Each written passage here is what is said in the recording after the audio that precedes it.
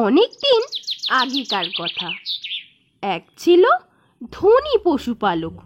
সে বাস করত এক নদীর ধারে এক বিস্তীর্ণ উর্বর শস্য ক্ষেতের পাশে। তার ছিল একটা বলদ আর একটা গাধা। একদিন বলদ গোয়ালে ঢুকে দেখে গাধাটা জবের ভুসি মাখানো খেয়ে পেটটা ডাঁই করে বিচালি পাতা গদির ওপর শুয়ে দিব্যি নাক ডাকাচ্ছে। রোজ গাধাটার পিঠে চড়ে ক্ষেতের চারপাশে একটা চক্কর দিয়ে আসতো মনিবটি। তারপরই গাধার ছুটি। খেয়ে দিয়ে ঘুমোনো ছাড়া তাকে আর কোনো কাজই করতে হতো না।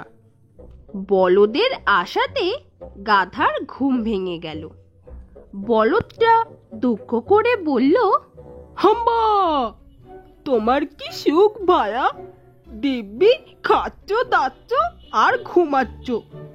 এরকম সুস্বাদু দানা পানি আমি চোখেও দেখি না।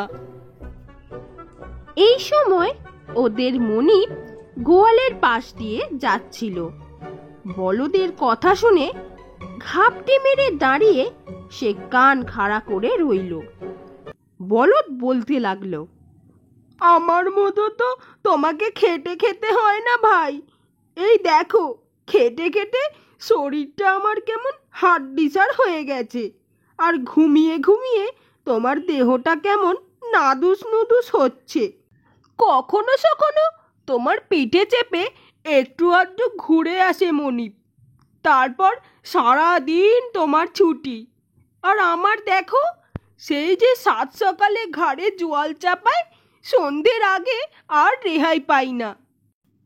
বলদের কথা শুনে গাধার বড় দুঃখ হলো। গাধা বলল, শোনো, তোমাকে আমি একটা ফন্দি শিখিয়ে দিই। কাল সকালে চাকরটা যখন তোমাকে হালে নিয়ে যেতে আসবে, তখন তুমি কিছুতেই উঠবে না। কিন্তু চাকরটা খুব মারবে। তা মারুক, তুমি সহজে যেতে চাইবে না। কিন্তু চাকর বেটা তোমাকে ছাড়বে না, মেরে ধরে মাঠে নিয়ে যাবে। তুমি কিন্তু জোয়াল ঘাড়ে নেবে না, জোর করে চাপাবে চাকরটা।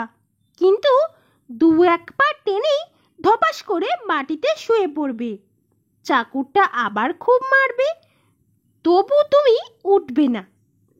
তখন ওরা ভাববে তোমার নিশ্চয়ই কোনো অসুখ বিসুখ করেছে, দেখবে তখন তুমি রেহাই পেয়ে যাবে।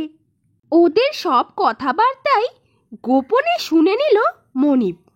আর পরদিন লক্ষ্য করল গাধা যেসব ফিকির শিখিয়ে দিয়েছিল বলদটাকে, ঠিক সেইভাবেই অভিনয় করে যেতে থাকলো বলদটা। দানা পানি খেলো না, লাঠি পেটা করেও তাকে মাঠে নিয়ে যাওয়া গেল না। জোয়াল কাঁধে চাপাতেই মাটিতে শুয়ে পড়ল। মনিব তখন চাকরটাকে ডেকে বলল, মনে হচ্ছে বলদটার কোনো অসুখ বিসুখ করেছে। তুই এক কাজ কর, বলদটাকে গোয়ালে রেখে গাধাটাকে নিয়ে এসে জোর। মনিবের কথা মতো গাধাটাকে এনে হালে জুড়ে সারাদিন ঠাঁ ঠাঁ রোদে হাড় ভাঙা খাটুনি খাটালো চাকরটা। দিনের শেষে ক্লান্ত অবসন্ন দেহ নিয়ে যখন গোয়ালে ফিরে এলো, তখন বলদ তাকে দুহাত তুলে অভিনন্দন জানাতে থাকে। ভগবান তোমার ভালো করবেন ভাই, তোমার বুদ্ধিতে আজ একটু আরাম পেয়েছি। গাধা কিন্তু গম্ভীর, কোনো জবাব দিল না। নিজের বোকামির জন্য নিজেই জ্বলে পুড়ে মরতে থাকলো। পরদিন চাকরটা এসে আবার গাধাকে নিয়ে গিয়ে হালে জুড়ল। সারা দিন ধরে আবার সেই হাড় ভাঙা খাটুনি। জোয়ালের ঘষায় ঘাড়ের ছাল উঠে ঘা হয়ে গেল। সারা শরীর অসহ্য ব্যথায় টনটন করতে লাগলো।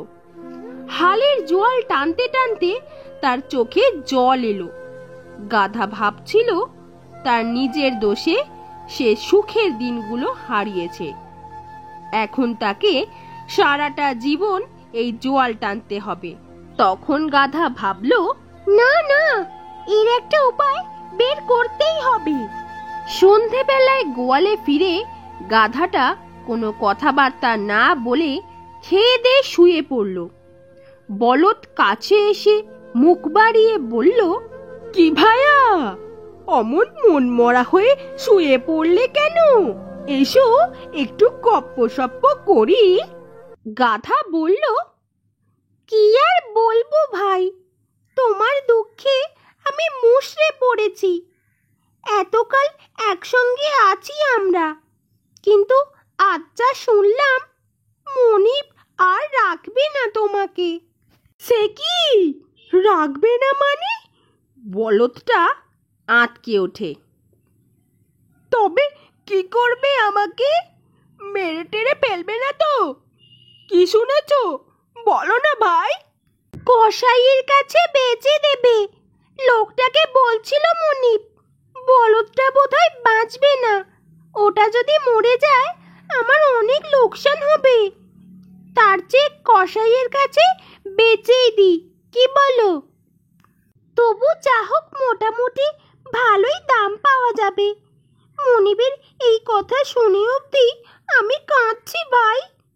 কি করে এত বড় দুঃসংবাদ দেব আমি তোমাকে, তাই ভেবে আমি কিনারা করতে পারছিলাম না।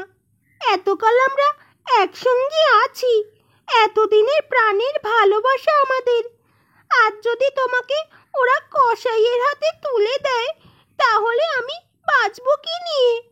এবার বাঁচার একটা উপায় বার করো ভাই। বলদ কৃতজ্ঞ হয়ে বলল, খবরটা জানিয়ে তুমি আমার জান বাঁচালে ভাই। কি বলে যে তোমায় ধন্যবাদ জানাবো ভেবে পাচ্ছি না। কাল সকালেই আমি টগবগিয়ে উঠে দাঁড়াবো। আজ থেকেই আমি পেট পুড়ে দানা পানি খাবো। ফুর্তিসে হাল টেনে মনিবকে বুঝিয়ে দেব অসুখ বিসুখ সব আমার সেরে গেছে। এই বলে বলদটা উঠে গিয়ে চাপনা খেতে শুরু করলো। এদিকে গোয়ালের পিছনে দাঁড়িয়ে মালিক বলদ আর গাধার কথাবার্তা সব শুনে নিল। পরদিন সকালে চাকরটা গোয়ালে ঢুকে তো অবাক, বলদটা উঠে দাঁড়িয়ে চনমন করছে।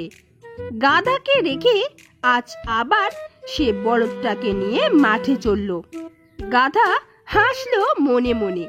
এই জন্যই বলে, বিপদে মাথা ঠান্ডা করে বুদ্ধি খাটিয়ে বিপদমুক্ত হতে হয়।